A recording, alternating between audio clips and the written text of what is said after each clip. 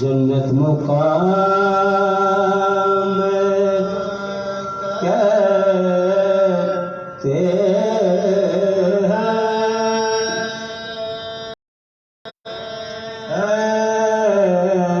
ہیں، در حسین کو جنت مقام کہتے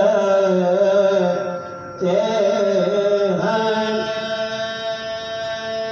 اور تمام خلد کو بیت امام کہتے ہیں، تمام خلد کو بیت امام کہتے ہیں۔ شعر ملاحظہ کریے، وہ راہ تم نے دکھائی رہے شہادت میں، وہ راہ تم نے دکھائی رہے شہادت میں، کہ سب امام بھی اپنا امام کہتے ہیں، وہ راہ تم نے دکھائی رہے شہادت میں،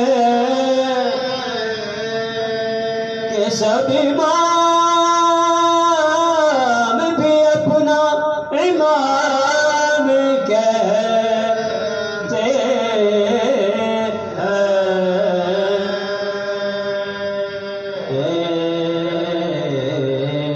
در حسین کو سورہ فاتحہ۔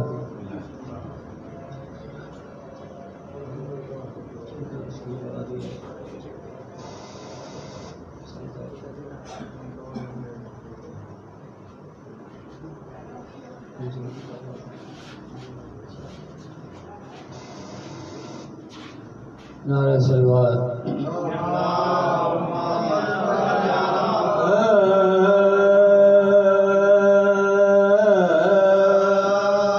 حضرت کو ہوا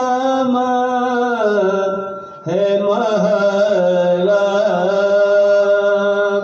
جو سفر میں، اور حضرتی کو ہوا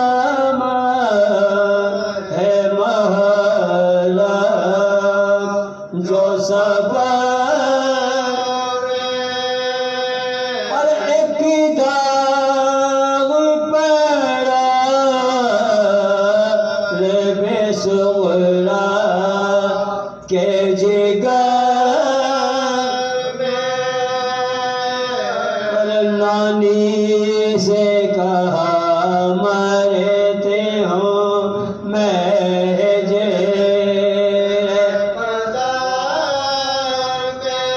اور عاشور کے بھید نہ ہوگے میرے گھر میں اور کیا جانتے تھے ایسے بچھڑ جائیں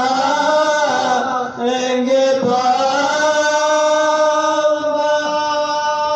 اور وہ دن بے کبھی ہوگا کہ گھر آئیں گے بابا وہ دن بے کبھی ہوگا کہ گھر آئیں گے بابا کیوں نانی رجب تھا کیسے دارے تھے سفر کو اور پورے 2 مہینے ہوئے دوری یہ پیدار کو اور حج کر کے پھرے اہل وطن خیر زگار کو پھر قبلہ کعبہ گئے کعبے سے گردار کو اور زہرا کا قمر سوئے مدینہ نہیں اور اس چاند کے رویت کا مہینہ نہیں ہائے پیدا ہوئے اصغر تو پیام سفر آیا ارے افسوس کے جھولے میں بہن نہ جھلایا اور بھیا کو چھٹی بر تو گلے خوب لگایا اور بچھڑے تو کبھی خواب میں بھی منہ نہ دکھایا اور داخل شہدیاں بھی نہ گھر میں ہوئے لائنے اور اسواج مہینے کے سفر میں ہوئے نانے اسواج مہینے کے سفر میں ہوئے نانے گرمی سے کنویں خشک ہوئے جاتے ہیں جانے اور پوچھے کوئی پردے سے کے تشے نہ وہ بول میں ڈرتے ہوں یہ کہتے ہوئے نا ارے جھیلوں کا نہ سوکھا ہو کرے گا ہمیں پانی اور پاکے کو جو پوچھے تو یہ ویسے شہدیں ارے بابا کو میرے پیار سے کے بردا سے نئے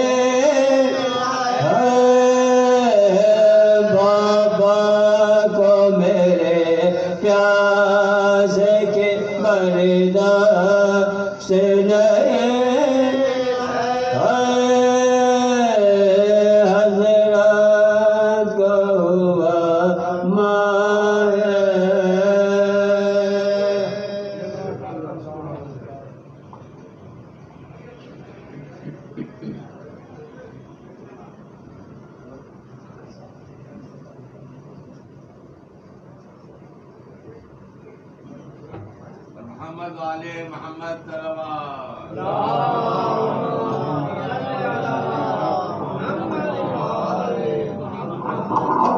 محمد والے محمد صلوات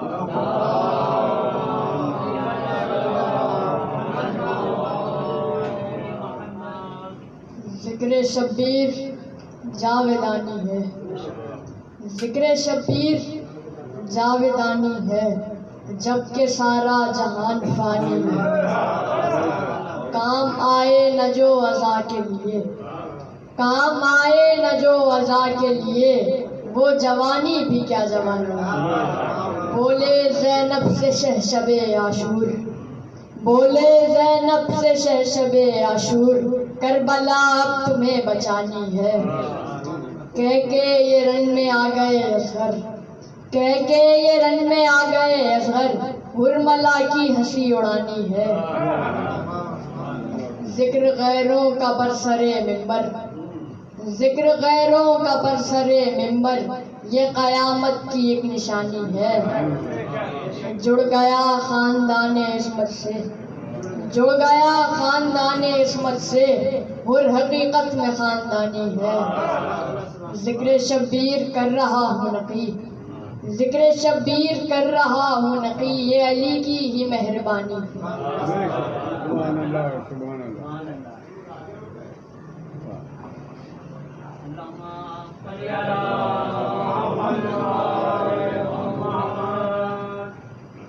محمد والے محمد صلوات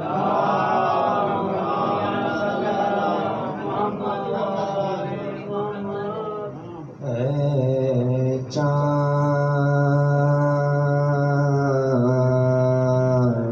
کربلا کے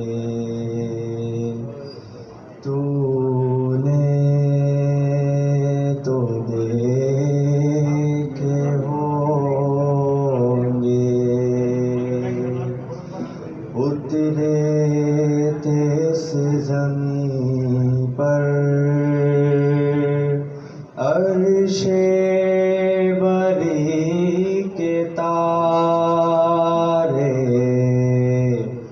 اے چاند، اے چاند جلوہ گر ہے، ہاشم کا چاند یہاں پر، خیرات روشنی کی لے لیجیو یہاں سے۔ اے چاند پانی پلانے لائے، ایک میل خاک و سرور کیا ذبح ہرملا نے، تیرے ستم لگا کے۔ اے چاند پامال ہو رہی تھی قاسم کی لاش رن میں، عباس اور سرور چنتے تھے ان کے ٹکڑے۔ اے چاند اس سرزمین پہ گزرا، سرور پہ یہ بھی صدمہ، سینے پہ کھائی برچھی ہم شکل مصطفیٰ نے۔ اے چاند کربلا کے۔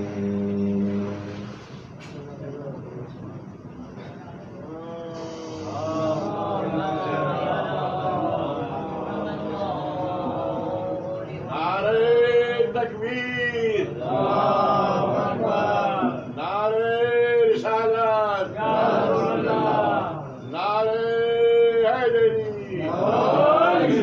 اور محمد والے محمد بلندر صلوات.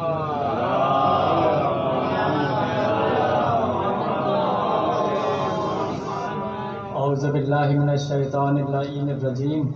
بسم اللہ الرحمن الرحیم. الحمد للہ الذی انزل الفرقان علی عبدہ لیکون للعالمین نذیرا.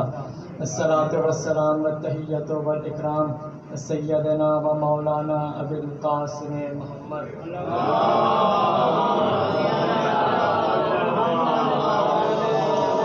وأهل بيته الطيبين الطاهرين المعصومين المظلومين المنتجبين المنتخبين الذين أذهب الله عنهم الرجس وطهرهم تطهيرا.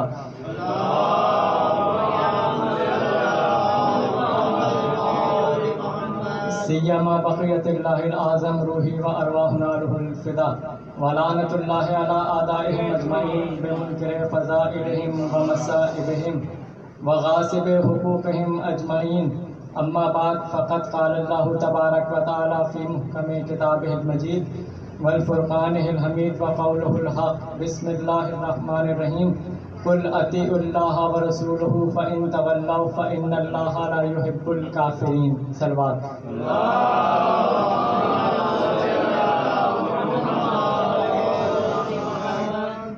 ان 7 روزہ مجالس ادب میں جو موضوع کا انتخاب کیا ہے وہ موضوع ہے جہاد. پروردگار عالم قرآن میں فرماتا ہے کہ ہم نے نہیں پیدا کیا جنوں اور انسانوں کو مگر اس لیے وہ ہماری عبادت کریں. جنوں کو بھی عبادت کے لیے خلق کیا گیا ہے اور انسانوں کو بھی عبادت کے لیے خلق کیا گیا ہے. اب عبادت ہوتی کیا ہے؟ ہر وہ چیز جو قربتاً اللہ ہو اسے عبادت کہتے ہیں.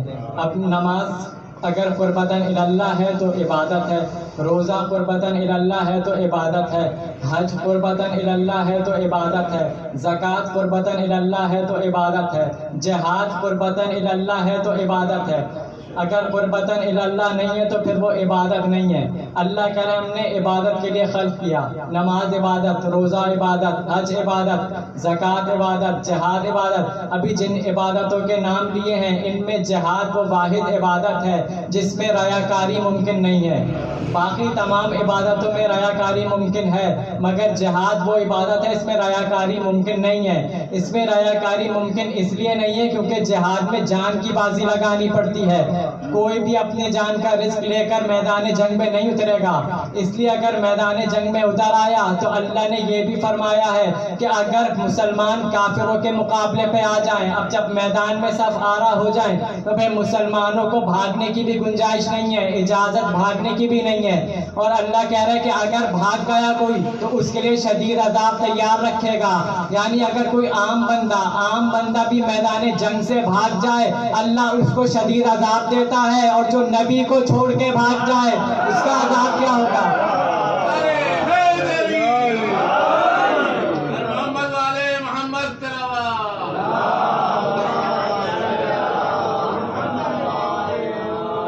اللہ فرماتا ہے قل اطیعوا اللہ ورسولہ فإن تولوا فإن اللہ لا يحب الکافرین.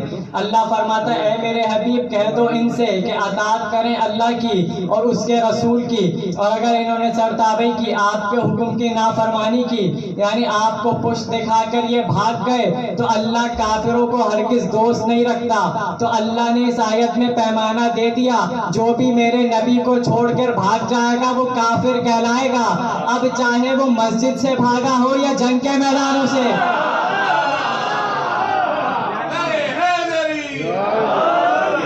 اور بھاگنے والوں کی رفتار کیا ہوتی تھی؟ اس رفتار سے بھاگتے تھے. اس رفتار سے جنگوں میں گھوڑے پیچھے نظر آتے، بھگوڑے آگے نظر آتے تھے.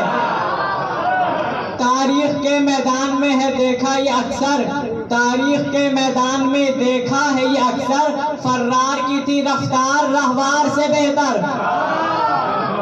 ایک سلوات پڑھ دے محمد والے محمد پہ اور آگے آگے تشریف لے آئیں تھوڑا. محمد والے محمد صلوات.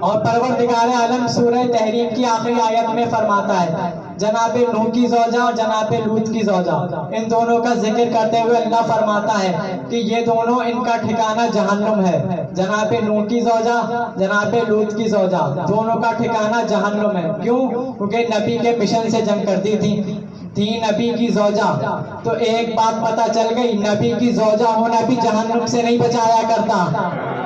نبی کی زوجہ تھی، نبی کے مشن سے جنگ کرتی تھی، تو ان کا ٹھکانہ اللہ نے کہا جہنم میں ہے، اور رہتی بھی کہیں اور نہیں تھی، نبی کے گھر میں رہتی تھی۔ تو ایک بات اور بھی واضح ہو گئی، نبی کے گھر میں ہونا بھی آگ سے نہیں بچایا کرتا، نبی کے مشن سے جنگ کرتی تھی۔ تو جو نبی کے مشن سے جنگ کرے، چھوٹے نبی ہیں، ان کے مشن سے جو جنگ کرے اس کا ٹھکانہ تو جہنم ہوتا ہے، اور جو کائنات کے بڑے نبی کے نفس سے جنگ کرے اس کا ٹھکانہ جہنم نہیں ہوگا تو پھر کیا ہوگا؟ اور جناب موسیٰ قیامت والے دن اپنی زوجہ سے منہ پھیریں گے۔ وجہ کیا ہے کہ اپنی زوجہ سے منہ کیوں پھیریں گے؟ کیونکہ جناب موسیٰ کی جو زوجہ تھی، جناب موسیٰ کے وزیر جانشین یوشع بن نون سے جنگ کرنے آئی تھی زرافے پہ بیٹھ کے، اور کوئی عام زوجہ بھی نہیں تھی، حضرت شعیب نبی کی بیٹی تھی، نبی کی بیٹی تھی، نبی کی زوجہ تھی، نبی کے جانشین سے جنگ کرنے آئی تھی۔ اللہ نے بھی بتا دیا کہ ان سے موسیٰ منہ موڑیں گے اور ان کو بھی سزا دی جائے گی۔ تو یہاں ایک بات اور بھی واضح ہو گئی کہ نبی کے جانشین سے جنگ کرنے آئی تھی، نبی کی بیٹی ہو، اللہ نے بتلا یہ دیا اگر نبی کی بیٹی نبی کے جانشین سے جنگ کرنے آئے تو اس کو اللہ معاف نہیں کرتا۔ جب اس معاملے میں اللہ نبی کی بیٹی کو معاف نہیں کرتا تو امتی کی بیٹی کی حیثیت کیا ہے؟ اور جہاد کرنے والوں کے لیے اللہ نے یہ بھی فرمایا کہ ہم نے جہاد کرنے والوں کو بیٹھے رہنے والوں پر فضیلت دی ہے، یعنی اللہ سمجھانا یہ چاہ رہا ہے جہاد کرنے والے اور بیٹھے رہنے والے آپس میں برابر نہیں ہوتے۔ بھائی جب جہاد کرنے والے اور بیٹھے رہنے والے آپس میں برابر نہیں ہوتے تو بھاگ جانے والے کہاں سے برابر ہو سکتے ہیں؟ اور اللہ نے یہ بھی بتا دیا کہ جو راہ خدا میں جہاد کرتے ہوئے راہ خدا میں مارا جائے اسے درجہ شہادت ملتا ہے، اسے شہادت ملتی ہے۔ جو راہ خدا میں مارا جائے اسے شہادتیں ملتی ہیں، اور جو میدانوں سے بھاگ جائے اس پہ اللہ اور رسول کی لعنتیں ملتی ہیں۔ تو اللہ نے بتا دیا کہ جہاد کرنے والے اور بیٹھے رہنے والے آپس میں برابر نہیں ہوتے۔ اسی طرح قرآن میں ایک جگہ اور فرمایا کہ خبیث اور طیب بھی آپس میں برابر نہیں ہو سکتے، مومن اور فاسق بھی کبھی آپس میں برابر نہیں ہوتے، اسی طرح زندہ اور مردہ بھی آپس میں برابر نہیں ہوتے، بالکل اسی طرح کرار اور فرار بھی کبھی آپس میں برابر نہیں ہوتے، اور اسی طرح سارے پتھر بھی آپس میں برابر نہیں ہوتے۔ جب حج کرنے جاتے ہیں مینا کا جو میدان ہے اس میں 4 پتھر ہیں، وہ پتھر چاروں آپس میں برابر نہیں ہیں، اس میں 3 پتھر، اس میں 3 شیطان ہیں، ایک حجرہ اسود ہے، 3 کو پتھر مارے جاتے ہیں، 3 کو کنکریاں ماری جاتی ہیں، 3 شیطانوں کو مارا جاتا ہے، چوتھے کا بوسہ لیا جاتا ہے۔ یہاں ایک بات اور آ جاتی ہے، شیطان مینا میں ہے، انہیں کنکریاں ماری جاتی ہیں۔ اب کسی سے کوئی خطا ہو گئی، کیا ہوا؟ شیطان نے بہکا دیا، شیطان نے گمراہ کر دیا، شیطان بہکا رہا ہے، شیطان گمراہ کر رہا ہے۔ یہ شیطان جو لوگوں کو بہکا رہا ہے، گمراہ کر رہا ہے، پتہ چلا سعودی عرب میں بیٹھا ہے۔ ایک صلوات پڑھ دیں محمد علیہ۔ اور نبی کے جہاد کا طریقہ کیا تھا؟ نبی جب جہاد کرنے جاتے تھے صحابہ کو اپنے پاس بٹھاتے تھے، مولا علی کو میدان میں بھیجتے، صحابہ کو اپنے پاس بٹھاتے، مولا علی کو میدان میں بھیجتے۔ یہ وجہ کیا تھی؟ اصحاب کو اپنے پاس بٹھا دیا، مولا علی کو میدان میں بھیج دیا، کیونکہ نبی جانتے تھے علی جائیں گے تو فتح ہوگی، علی نہیں جائیں گے تو فتح نہیں ہوگی۔ باقیوں کو اس لیے بٹھا لیتے تھے کیونکہ نبی جانتے تھے بعد میں آنے والی نسلیں یہ کہیں گی اگر ہمارے اجداد نہ ہوتے تو نہ محمد بچتے، نہ محمد کا دین بچتا۔ تو نبی نے مولا علی کو صرف میدان جہاد میں اس لیے بھیجا بھیجا, باقیوں کو نہیں بھیجا. نبی جانتے تھے فتح علی کریں گے, نام ان کا ہو رہا ہوگا, یہ نہ ہوتے تو محمد نہ بچنا, نہ محمد بچتے نہ ان کا دین بچتا. تو اللہ نے بھی ایک پیمانہ یہاں بتا دیا کہ میں اپنے محمد پر اور اپنے محمد پہ دین پہ کسی غیر کا احسان نہیں رکھتا, یا علی کا احسان لوں گا یا علی کے بابا کا احسان لوں گا. محمد والے محمد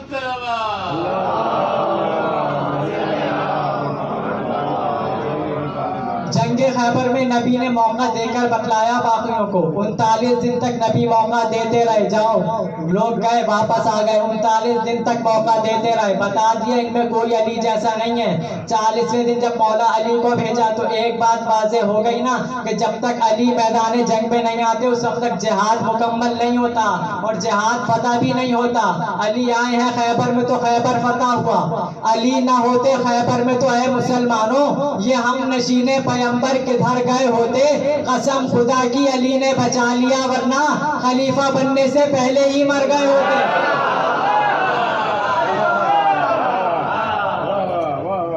سلوات پڑھ دے محمد علی محمد. اگرچہ ان کو محبت کی خاک ہو جاتے, اگرچہ ان کو محبت کی خاک ہو جاتے, درود بھیجیے محمد جو بے نسب کے بھلا کیسے پاک ہو جاتے. قسم خدا کی علی نے بچا لیا, ورنہ نہ جانے کتنے صحابہ ہلاک ہو جاتے. درود بھیجیے محمد علی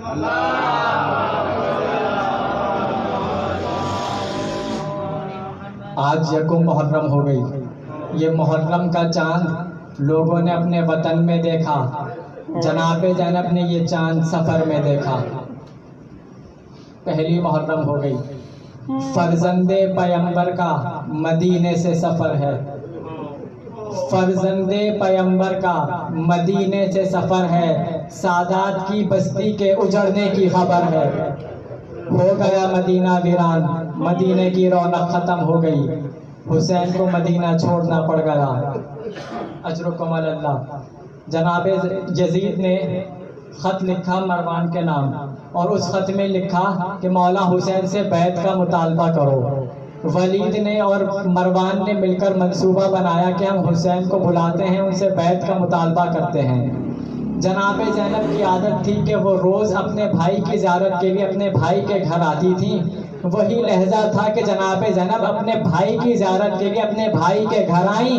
تھوڑی دیر بعد ہی فوراً مروان نے سپاہی بھیج دیا, کہا کہ حسین کو بلا لاؤ, بیعت کا مطالبہ کرنا ہے.